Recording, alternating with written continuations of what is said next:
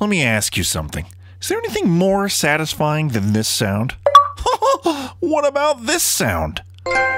The definition of achievement. A thing done successfully, typically by effort, courage, or skill. But I'd like to submit another definition. An earned recognition for a hard-fought accomplishment. A feat worthy of pride.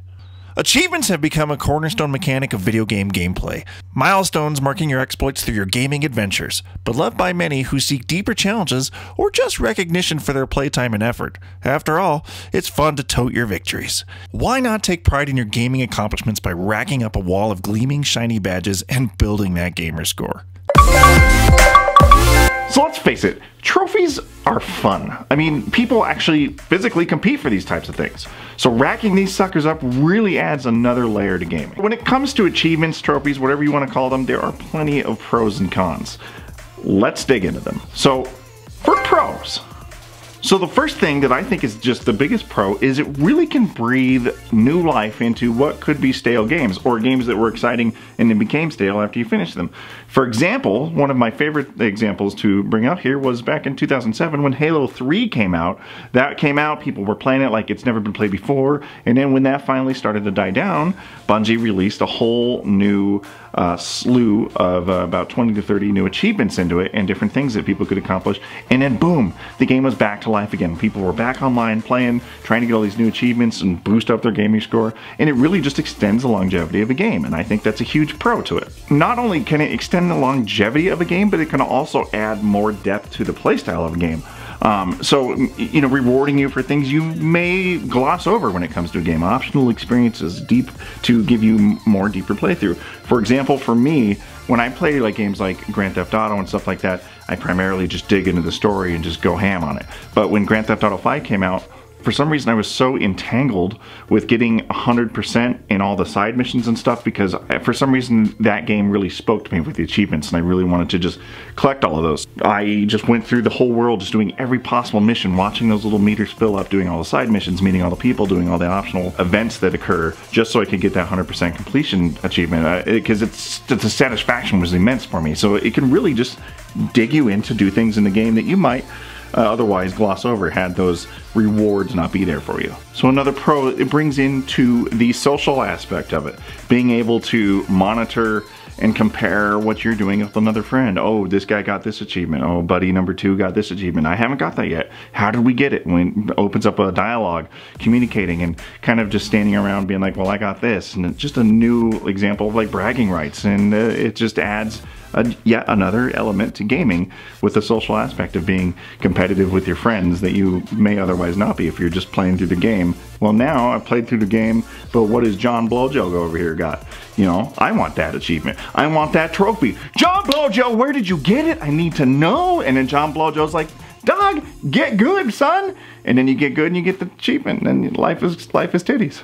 So for me, I don't know, and I think this probably is across the board for anyone that really digs into trophies and achievements, but that hell yeah moment, like when you do something you've been grinding for, or even if you don't know if it's a secret achievement, you do something super cool and then you hear the plink or the ching and you got something super cool, you're like, god damn, that's addictive. It's super cool. Coolest thing about it is it's absolutely not required to have fun in the game. They're just there as an optional thing. But boy, there's really something about seeing, you know, that platinum trophy or seeing that gamer score bump up by another 1,000 points. It's really just an addictive, interesting, and fun thing to do in gaming. So let's get into what we consider the cons. The biggest thing is we're kind of the mind that achievements and trophies should be actually acquirable. Will be ranging from easy to get all the way up to challenging, but there are absolutely some achievements and trophies out there that are beyond impossible to get, which adds a significant level of frustration and just kind of almost dickish moves from some developers. A couple that I want to pull from example here are like the Gears of War series. Gears of War 1 had this Seriously. Gears of War 2 had Seriously 2.0 that just had astronomical figures of things to achieve to get these, to unlock these. I mean, people have done it. It's not impossible, but the amount of time and frustration it takes to unlock some of these is kind of ridiculous. And I find that to be a con. And you might disagree, and that's totally fine. If you've got the time and the effort you want to spend grinding in those games to get those, and you are a hunter, by all means, that's super cool. To me personally, because I am such a huge, as you know, Mortal Kombat fan, the biggest offender of ridiculous achievements that should have never been implemented, to me personally, was in 2009 with the reboot of Mortal Kombat. Such an amazing experience for me in my life, and a great game, and I wanted to earn all those achievements, but there was a particular achievement in that game that I think infuriated just about everybody. Let's break this down. So the achievement was called My Kung Fu is Stronger, and to get this achievement you had to gain mastery of every fighter in the game. But to gain mastery of every fighter in the game, you had to do a significant amount of things. One, win 100 matches. This is online, okay? Execute 100 alities, be like Fatality or Babality or whatever they had. Land 150 X-ray attacks. Spill 10,000 pints of blood, which shouldn't be too difficult in a Mortal Kombat game. And play that particular character for 24 hours.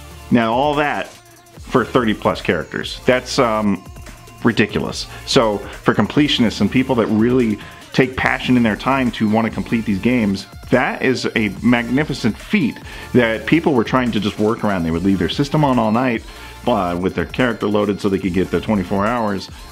There's people that have gotten this achievement, and I absolutely have no idea how. I would love to see some metrics on that. In fact, I might look some up, but that's ridiculous, and that's a con to me. Like that's not fun. That's not an awesome way to implement points to reward people. And of course, it's optional. You don't have to do it, but for people that are completionists and want to complete this entire achievement list in these games, very frustrating. So boom, that's a con for achievements and trophies. Achievements have an addictive quality.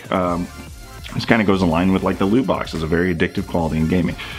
So if you get way too hung up on them, I've got a buddy of mine on Xbox One who, you know, I always watch what he does. This motherfucker is getting like just thousands of points every day, and I'm like, dude, you got to get out of the house. Like, go touch a chick, go do something. It's just like it can seriously overtake your life if you get very hung up on the fact is you have to platinum out every single game with trophies or achievements, and the addiction can be detrimental to people that do have addictive personalities.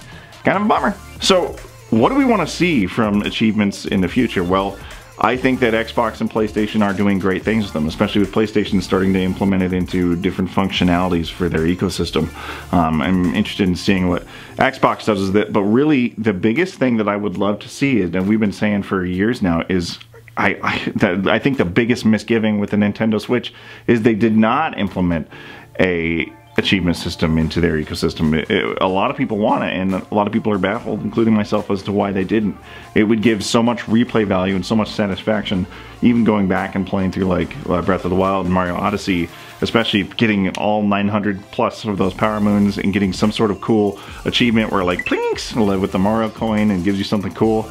And I'm sure like it'd be cool to take those and display them, like kind of like how Smash Brothers does it, where you get the little trophies that you can put on your shelves. It'd be really cool if Nintendo uniquely implemented an achievement system that had that kind of functionality within their you know, menu system, where you could see like your little achievements and little trophies floating around doing things. I would love to see if they implemented that. It's not too late in the game to put that into a firmware update, Nintendo. I'm sure you're watching this video because you guys are like, oh, this tiny channel, they know what's going on. Well, let's see what they have to say about what we should do.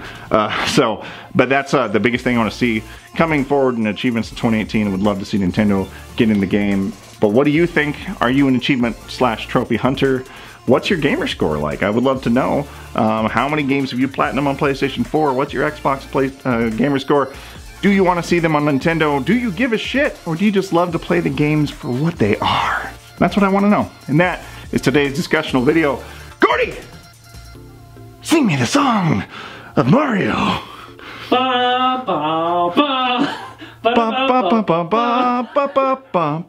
That's not Mario, but it works for me.